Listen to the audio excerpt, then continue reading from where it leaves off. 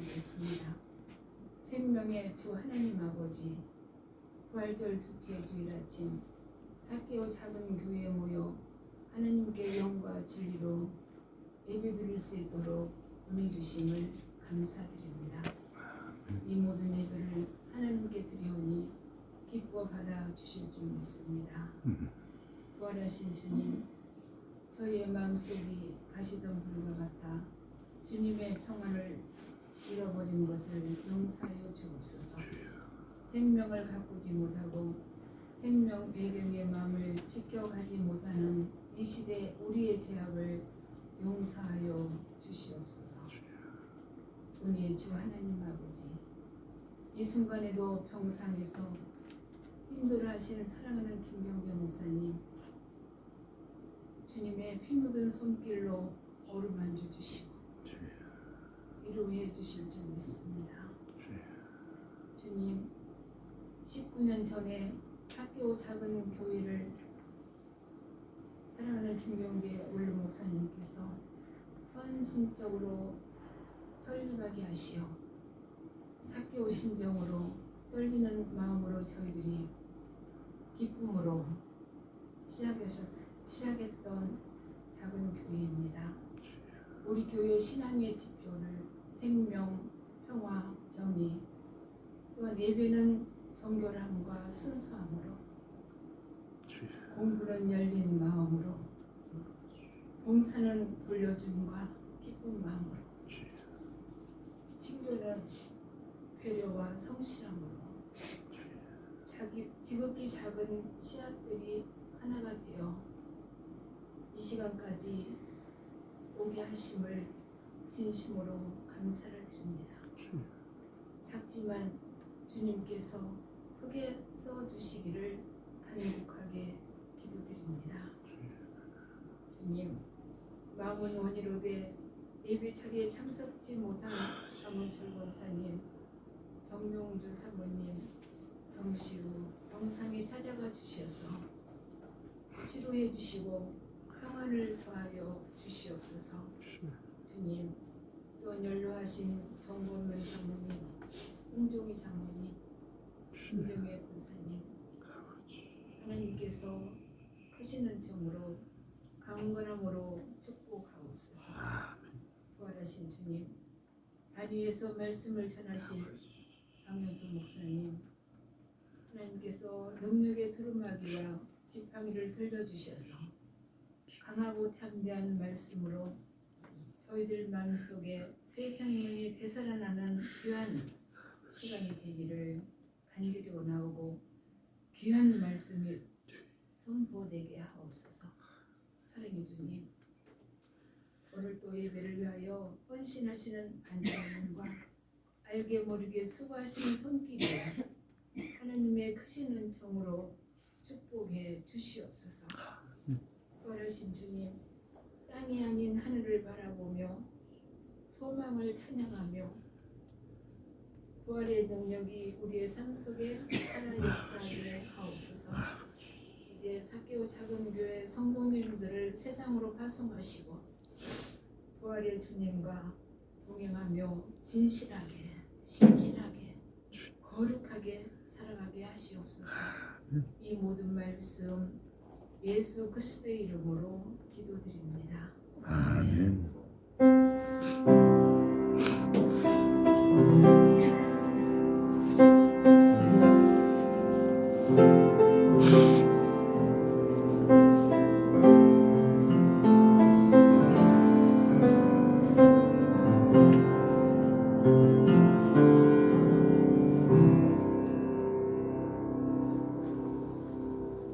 오늘 봉독드릴 말씀은 요한복음 11장 17절에서 37절 말씀입니다.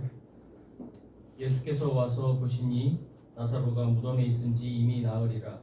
베다니는 예루살렘에서 가깝기가 한 오리쯤 되매 많은 유대인이 마르다와 마리아에게 그 오라비의 일을 위문하러 왔더니, 마르다는 예수께서 오신다는 말을 듣고 곧 나가 맞이하되 마리아는 집에 앉았더라. 마르다가 예수께 여짜오되, 주께서 여기 계셨더라면 내 오라버니가 죽지 아니하였겠나이다. 그러나 나는 이제라도 주께서 무엇이든지 하나님께 구하시는 것을 하나님이 주실 줄을 아나이다. 예수께서 이르시되 내 오라비가 다시 살아나리라. 마르다가 이르되 마지막 날 부활 때에는 다시 살아날 줄을 내가 아나이다. 예수께서 이르시되 나는 부활이요 생명이니 나를 믿는 자는 죽어도 살겠고 무릇 살아서 나를 믿는 자는 영원히 죽지 아니하리니 이것을 내가 믿느냐. 이르되 주여 그러하여다. 주는 그리스도시요 세상에 오시는 하나님의 아들이신 줄 내가 믿나이다. 이 말을 하고 돌아가서 가만히 그 자매 마리아를 불러 말하되 선생님이 오셔서 너를 부르신다 하니 마리아가 이 말을 듣고 급히 일어나 예수께 나아가매 예수는 아직 마을로 들어오지 아니하시고 마르다가 맞이했던 곳에 그대로 계시더라. 마리아와 함께 집에 있어 위로하던 유대인들은 그가 급히 일어나 나가는 것을 보고 곧가로 무덤에 가는 줄로 생각하고 따라가더니 마리아가 다시 예수 계신 곳에 가서 배웠고 그 발 앞에 엎드려 이르되 주께서 여기 계셨더라면 내 오라버니가 죽지 아니하였겠나이다 하더라. 예수께서 그가 우는 것과 또 함께 온 유대인들이 우는 것을 보시고 심령의 비통이 여기시고 불쌍히 여기사 이르시되 그를 어디 두었느냐. 이르되 주여 와서 보옵소서 하니 예수께서 눈물을 흘리시더라. 이에 유대인들이 말하되 보라 그를 얼마나 사랑하셨는가 하며 그중 어떤 이는 말하되 맹인의 눈을 뜨게 한 이 사람이 그 사람은 죽지 않게 할 수 없었더라 하더라. 이 말씀 따라 사는 지치지 않게 하시고 이 말씀 따라 사는 동안 주님 나라 이루소서. 아멘.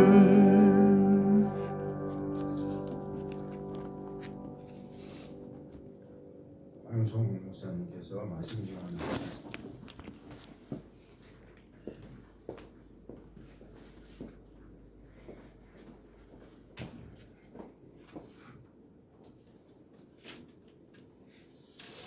안녕들 하셨어요? 네. 전사님 기도 감사드립니다. 예. 부활 주일 둘째 주일입니다. 우리가 그 부활의 그리스도의 능력을 받아서 세상으로 우리 전사님 기도 따라 세상으로 나가는 그런 활기찬 부활의 능력들을 겸비하시길 빕니다. 우리에게 부활의 생명을 살게 하신 예수 그리스도의 은혜와 하나님 아버지의 그 늘 평강으로 우리에게 풍성케 해주시는 하나님 아버지의 자비하심이 차고도 넘치는 한 주 되시기를 빕니다. 아멘. 지난 월요일 프란치스코 교황이 하나님 아버지의 품으로 돌아가셨습니다. 다종교와 성소수자들을 끌어안는 어떤 나름대로의 개혁과 그리고 포용의 아이콘으로 삶을 살아와 주셨죠. 그분의 즉위미사 강론에서 사회, 정치, 경제 모든 분야에서 오피니언 리더가 되는 사람들에게 하나님의 지상의 세계를 보호하는 프로텍터로 사람을 보호하고 자연 만물을 보호하고 하나님의 세계를 피조물의 보호자로서 그렇게 서로가 되자고 그렇게 강론을 한 것이 기억이 납니다. 그러면서 또한 가톨릭 교리에서의 생태적인 우리가 범하는 죄도 깊이 우리가 천착해야 한다고도 그리고 그쪽의 분야의 일도 많이 관심을 가져주셨습니다. 그래서 인류 공동의 가치를 지키는 인류 공동의 가치와 인류 공동의 거처를 우리가 잘 지키는 의무를 담당할 것을 강조했던 것입니다. 2014년 세월호 참사 당시에 한국을 방문해서 유가족들을 이렇게 만나는 그런 일도 우리가 기억합니다. 한편에서는 피자를 시켜가지고 앉아서 방해하는데 그 유민이 아빠 김영호 씨에게 33일째 단식 투쟁을 하는 그날 프란체스코 교황께서 유민이 아빠를 직접 만나서 두 손을 꼭 잡고 위로하시는 광경을 아마 많이 보셨을 겁니다. 대한민국 어버이연합, 자유대학생연맹 이런 이름을 걸고 피자를 그 앞에서 시켜놓고 그런 짓거리들을 하는데 그들은 어버이가 뭔지도 그리고 자유라는 게 뭔지도 모르는 그런 무지막지한 망덕한 인간들인 거죠.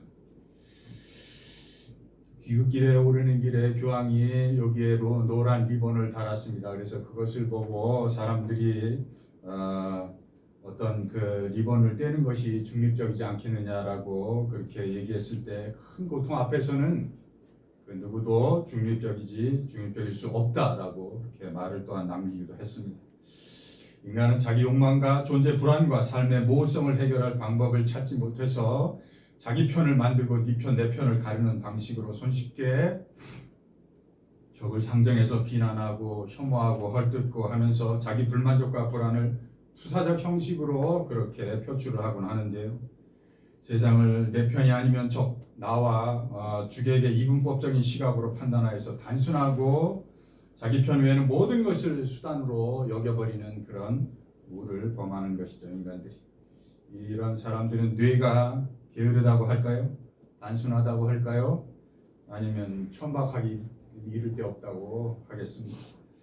그러나 성도는 그리스도인은 온 생명이시며 온 우주를 끌어안고 십자가에 달리신 예수 그리스도를 따라 참된 성도로 서기 위해서 온통 예수 그리스도께 집중하는 삶을 살려고 노력하는 사람들입니다. 프란치스코의 자서전 희망이라는 자서전 중에 이런 말이 있습니다. 진정한 희망이란 어둠 속에 갇히지 않고 과거에 묻히지 않고 현재에 안주하지 않고 내일을 밝게 바라볼 줄 아는 마음의 힘입니다라고 그렇게 희망을 얘기하고 있습니다. 교황의 신분에 걸맞게 부활적 생명을 잘 살다 가신 프란체스코의 삶과 고인의 하나님 품에서 영원한 안식을 빕니다. 부활절 둘째 주일을 저희는 지나고 있습니다. 오늘 말씀도 지난주에 이어서 죽은 나사로의 소생 스토리가 본문이 되겠습니다. 이 사건을 통해서 우리는 잠들었다, 죽었다라는 진정한 의미와 또 그 정반대의 개념인 깨우심, 일으키심, 살리심, 부활의 성서에서 가르치는 진정한 의미가 어떤 것인지 더 깊이 얻고자 합니다. 지난주에도 말씀드렸듯이 이 죽은 나사로의 소생 사건은 본서에서 매우 큰 파트를 차지하고 있고 그렇게 큰 무게를 의무를 차지하고 있습니다. 나사로를 사건을 문자적으로 접근하는 분들이 많은데요. 문자적으로 보수주의적인 근본주의적인 입장에서의 문자주의적인 방식에서 그렇게 접근을 하면 예수님을 무슨 죽은 육체를 일으켜 세우는 신비한 마술사라든지 초능력자로 그렇게 바라보기 쉽습니다. 그것은 예수 그리스도를 믿고 따르고자 하는 자들의 자기 앞에 놓인 생명에 대한 선하고 의롭고 진실된 그리고 책임적이고 성실한 삶의 자세, 즉 자기 십자가를 자기가 꿋꿋하게 책임적으로 지는 그 자세를 뒤로 한 채 예수님을 그저 어떤 기적이나 일으켜서 인생에 도피하고 싶거나 외면하고 싶은 집안 문제들을 해결해주는 주술의 대상으로, 경배, 숭배의 대상으로, 숭앙의 대상으로 그렇게 맹신하는 그런 무능력한 신자들을 만드는 거기에 많이 노출되는 그런 우를 범하게 됩니다. 물론 어떻게 무엇을 믿을까는 그 사람의 선택이며 그 사람의 그릇의 근기에 형편에 맞게 그리고 그의 삶의 정황과 지리적 문화적 환경에 맞게 시공의 한계성에서의 판단이요 결정이고 선택이겠습니다. 그러나 개신교인 프로테스탄트라는 것은 항상 자기 현실을 더 높고 숭고한 하나님의 뜻을 향해서 돌파해내야 하는 운명을 개신교인들은 갖고 있는 것입니다. 그것을 자기의 운명임을 깨닫고 그 성도는 깨닫는다면은 그 성도는 나사로의 죽음을 육체적 생명의 죽음에 한정지어서 결코 볼 수 없습니다. 그리고 예수 그리스도의 능력도 고작 그런 마술적 초능력자로 그렇게 예수님을 바라볼 수 없게 됩니다. 그것이 진리의 힘입니다. 왜냐하면 하나님의 마음은 당신의 자녀들이 가장 잘 산다는 자리, 가장 숭고한 자리, 참되고 선하고 아름다운 삶의 자리를 끊임없이 정해 내라고, 그 자리에 끊임없이 올라가라고 그렇게 바라시는 것이 하나님의 마음이기 때문입니다. 또한 예수 그리스도가 여러분 각자의 신앙 여정에서 은혜로 보여주신 여러분의 구원의 경험, 그 구원의 경험들이 우리를 예수 그리스도가 참 하나님의 살아계신 아들이시라는 것을 고백하게 우리 속에서 그렇게 만들기 때문에 그렇습니다. 진리의 역할이 그런 것입니다. 사실 가장 그 바람직한 자리에 정의하기 위해서는, 정의취하기 위한 동기 부여조차도 하나님 우리에게 주시는 것이죠. 그것조차도 부활의 빛으로 와서 만나주시는 예수 그리스도의 은혜의 만남이 생명샘의 원천이 되기 때문인 것입니다. 그 만남을 통해서 전에는 미처 몰랐던 자신의 채무 불이행에 빠진 생의 고달픔과 공분과 소외에 빠져서 불안해하던 삶이 자신의 현 상태구나 라는 것을 정확하게 깨닫고 마침내 비로소 예수 그리스도가 부활의 능력이요 생명이심을 새록새록 인정하고 고백하게 되는 것입니다. 그 결과 크리스천은 서서히 참사람, 하나님의 자녀로서 묻 죽어가는 생명들을 살리시는 예수 그리스도의 능력을 믿게 됨과 동시에 그 가능성을 굳게 잡게 되는 것이죠. 자기가 비로소 그 가능성을 믿음으로 굳게 잡게 되는 것입니다. 그래서 내가 지금 나의 몫으로 할 수 있는 바를 최선을 다해서 성실하게, 열정적으로, 또 겸손하게 부활의 생명에 더 깊이 들어가는 그 삶을, 그 능력을 믿음으로 만들어내라는 하나님의 권면이요, 하나님의 요구시요, 하나님의 인도를 받는 것입니다. 여기서 제가 하나님의 권면이고 하나님의 요구시고 하나님의 인도라고 하는 이런 수동적으로 우리가 받는 거라고 생각하지만, 사실은 진리가 무위지위처럼 함이 없이 하는 것처럼 우리 안에 들어와 계시면, 그리스도의 그 믿음이 우리 안에 들어와 계시면, 그리스도의 생명이요 부활이요 그 그리스도의 그 은혜, 십자가의 은혜가 우리 안에 들어와 계시면 그 진리가 스스로 하나님을 권면하는 것을 받게 되는 거고, 하나님의 인도를 받게 되는 거고, 하나님의 지도를 받아서 하나님의 뜻에 따라서 살게 되는 것입니다. 그것이 하나님의 은혜이고 하나님이 먼저 우리를 구원하신다는 의미인 것이죠. 그것이 성도의 운명입니다. 그것이 자녀의 마땅한 책임적 역할이요, 그것이 온 세상을 위임받은 자의 자리이며 우리의 마땅한 도리이기 때문입니다.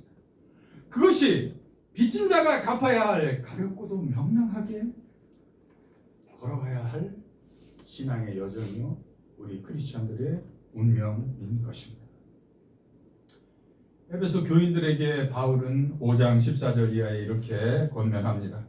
잠자는 자들아 일어나라, 죽은 자들 가운데서 일어나라, 그리스도께서 너를 환히 비추어 주실 것이다 라고 말씀하고 있습니다. 그리스도 하나님의 말씀으로 우리 안에 감추어 어두운 그 어둠의 그림자를 하나도 남김없이 말씀의 빛으로 조명을 받으라는 것입니다. 삶의 모호성과 불안과 두려움과 용기 없는 그 부정성과 우울과 무기력과 폐쇄성과 불쑥불쑥 일어나는 뿌리 깊은 분노와 미움과 자기 안에 파괴적인 본능의 근원에 예수 그리스도의 말씀의 빛을 쏘아 받으라는 것입니다. 그래서 밝히 받아서 그 어두운 곳을 밝혀 이처럼 환한 봄날의 지상으로 그 어둠을 끌어내라는 것입니다. 지상으로 끌어 인도하라는 것입니다. 바울은 계속 에베소 교인들에게 권면합니다. 너희가 전에는 어둠이었더니 이제는 빛이라. 빛의 자녀들처럼 행하라. 빛의 열매는 모든 선함과 의로움과 진실함에 있느니라. 하나님 아버지를 기쁘게 할 것이 무엇인지 발견해내라 라고 계속 말하고 있습니다. 요한복음 6장 40절에도 이렇게 말합니다. 내 아버지의 뜻은 아들을 보고 믿는 자마다 영생을 얻는 이것이 마지막 날에 내가 이를 다시 살리리라. 요한은 계속 요한 1서 5장의 11절 이하에 이렇게 권면합니다. 하나님이 우리에게 영생을 주신 것과 이 생명의 그의 아들 안에 있는 그것을 증거하노니 아들이 있는 자에게는 생명이 있고 아들이 없는 자에게는 하나님의 아들이 없는 자에게는 생명이 없느니라라고 아주 단도직입적으로 우리에게 말해 주고 있습니다. 자, 사랑하는 여러분, 우리는 나사로의 죽음이 사회적 관계 단절을 의미하는 사회적 죽음이건 아니면 육체적 생명의 죽음이든 사망의 권세에 사로잡힌 인간들을 향한 하나님의 뜻이 영생이라는 것을 사망에서 생명으로 죽음에서 부활로 전이 승화 트랜스포테이션 변화 상승 발전임을 알았습니다. 따라서 지금 여기 이 순간 이곳에서 천국 시민으로서 영원에 잇대어 풍성한 생명을 사십시오. 예. 죽어서 천국에 들여보내기 위해서 독생자 예수 그리스도를 십자가에 달려 돌아가게 하나님이 그렇게 하셨을까요? 하나님께서 이 아름다운 자연 만물과 비록 허물 많은 우리들이지만 우리들 속에 영롱하고 고귀한 사랑을 향한 마음, 그 하늘에 씨앗을 심어 놓으시고 심이 좋았더라고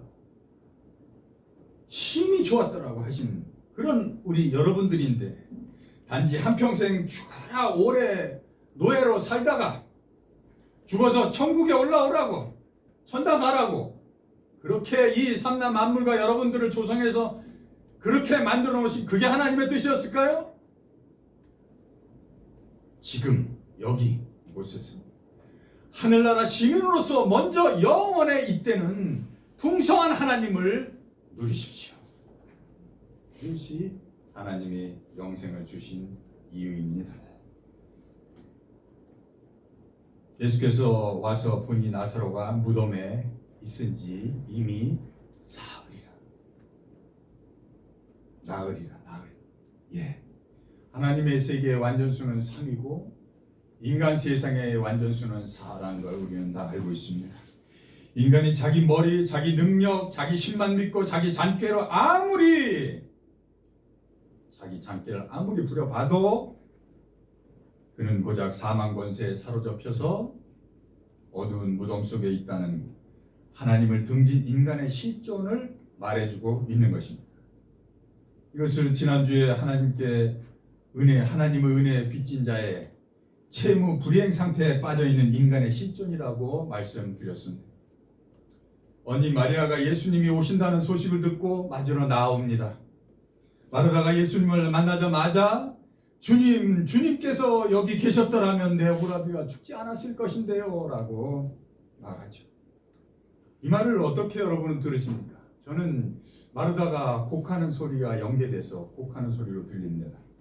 아이고 주님이 계셨다면 내 오라버니가 죽지 않았을 텐데요 라고 그렇게 안타까워하는 그런 심정, 슬픔으로 비탄으로 그 포기한 심정으로 그나마 믿고 의지하고 따르는 사람에게 하소연하듯 털어놓는 심정으로 저는 그렇게 들립니다. 그리고는 22절에서 이렇게 마르다가 얘기합니다. 그러나 이제라도 주께서 무엇이든지 하나님께 구하시는 것을 하나님이 주실 줄 아나이다 라고 말을 하네요. 근데 예수님께서 이렇게 대답해요. 내 오라비가 다시 살리라. 내 오라비가 다시 살리라. 약간 말이 좀 대화가 약간 이상하다고 느끼지 않으세요? 마르다가 예수님이 이렇게 말하니까 이렇게 대답해요. 예, 마지막 날 부활 때 다시 그가 살 줄을 내가 압니다라고 말을 해요. 진정한 믿음을 놓치고 있는 것입니다, 여러분. 이 짧은 대화에서 마르다는 사실 예수님을 전부터 따랐지만 예수님을 진정으로 그리스도요, 그 그리스도가 부활이요 생명이라는 것, 그것을 믿고 있지 않음을 우리는 여기서 눈치챌 수 있습니다. 우리는 이 사건에서 예수님과 이 삼남매와의 관계가 매우 돈독했음을 알 수 있습니다. 3절에 사랑하는 나사로라고 예수님이 그렇게 얘기하고, 그리고 11절에 우리 친구 나사로라고도 얘기하고, 35절에 예수님이 나사로의 그 상태를 보고 우셨다고 또 말하고 있습니다. 이런 것을 유추해 볼 때 이들은 예수님을 주로 모시고 따르며 섬겼다는 것을 짐작할 수 있습니다. 그럼에도 불구하고 이들도 역시 다른 예수님을 따르는 이스라엘 많은 민중들과 진비 없이 예수님과의 관계가 조금 더 친밀함에 있을 뿐이지 더 깊이 진정으로 예수님께서 부활이요 생명이신 것은 아직 믿지 않고 있는 상태인 것이죠. 이 상태는 동생 마리아도 마찬가지입니다. 마리아도 예수님을 보자마자 똑같이 이렇게 얘기해요. 주께서 여기 계셨다라면 내 오라비가 죽지 않았을 텐데요 라고 똑같이 이렇게 고백합니다. 마르다가 예수님께 이렇게 말합니다. 나는 이제라도 주께서 무엇이든지 예수님께 구하는 것을 하나님이 주실 줄 아나이다. 저는 이 대목에서 마치 오늘날 많은 크리스찬들을 보는 듯합니다. 우리가 진정으로 믿고 구할 것은 다른 어떤 것이 아니고 무엇이든지가 아니고 오직 부활의 능력이요 생명이시는 예수 그리스도인 것입니다. 마르다처럼 마지막 날 부활에는 다시 살 줄을 아는 것이 아닙니다. 많은 개신교인들이 죽어서 천당하는 것을, 그것을 믿고 신앙생활을 하는 것을 우리는 많이 볼 수 있습니다. 우리가 가장 우선적으로 붙잡아야 할 것은 우리 주 예수 그리스도가 부활이요 생명이 되심을 믿는 것이고 그것을 붙잡는 것입니다. 이 믿음이 우리에게 곧 복된 소식을 품은 풍성한 생명의 시작이요 부활의 능력이 되는 것입니다. 이 믿음으로 곧 부활의 능력과 생명의 그리스도이심을 믿음으로 그 믿음 하에서 모든 것을 구하고 만족하고 받고 감사하는 것이지, 삶에서 부활의 능력도 없고 생명의 신음소리에 둔감하면서 제 욕심에 따라서 무엇이든지 구하는 대로 요술 방망이 두드리듯이 그렇게 구하기만 하는 그런 신앙생활은 사실은 예수님도 그리스도도 예수 그리스도도 전혀 모르는 사람인 것입니다. 오늘 어떤 모양으로든 잠들어 있고 게으르고 태만하고 자족하고 교만하고 죽어있는 우리들을 향해서 예수 그리스도가 말씀하십니다. 나는 부활이요 생명이니 나를 믿는 자는 죽어도 살겠고 살아서 믿는 자는 영원히 죽지 아니하리라. 내가 이것을 믿느냐? 라고 우리에게 예수 그리스도께서 묻고 계십니다. 오늘 이 시간 우리의 내면에 갈아엎어야 할 묵정밭이 내 안에 아직 남아있다면, 아직 어둠의 그림자가 내 안에 있다면, 비간척된 개간되어야 할 밭이 아직도 널널히 남아있다면, 기지개를 켜지 못하고 웅크린 채 있는 나의 내면에 상처 입은 어린아이가 남아있다면, 또한 삶의 고된 무게에 감당하기 어려운 난제가 있다면, 자신의 떼어버리지 못하는 고집센 굳은 마음이 우리 마음에 있어서 자꾸 자기의 길을 걸리게 넘어지게 한다면, 그래서 자꾸 상처를 주고 상처를 받고 한다. 그러면 주님 앞에 고백하십시오. 주여, 그러하오이다. 주는 그리스도시요 살아계신 하나님의 아들이시요 오늘도 세상에 오시고 나에게 오시는 살아계신 하나님의 아들이시니라 신이다 하고 그 아들이신 줄을 내가 믿나이다 라고 고백하시기 바랍니다. 그 은혜에 동참하시고 그 은혜로 인해서 기쁘고 활기차게 명랑하게 걸어가시는 순례의 여정 되시기를 빕니다. 기도하시겠습니다. 참 좋으신 하나님 아버지, 창조 세계의 모든 영역에 하나님 아버지의 생명이 위에서 쏟아져 내려오고 땅속에서 솟구쳐 올라오는 찬란한 봄의 계절입니다. 이 아름다운 계절의 삶의 매 순간순간마다 부활이신 예수 그리스도의 능력을 확고히 붙드는 믿음으로 그리스도의 생명을 얻고 풍성히 누리는 은혜로운 신앙 여정 다 되게 우리에게 자비를 베풀어 주옵소서. 예수 그리스도의 이름으로 기도합니다. 아멘.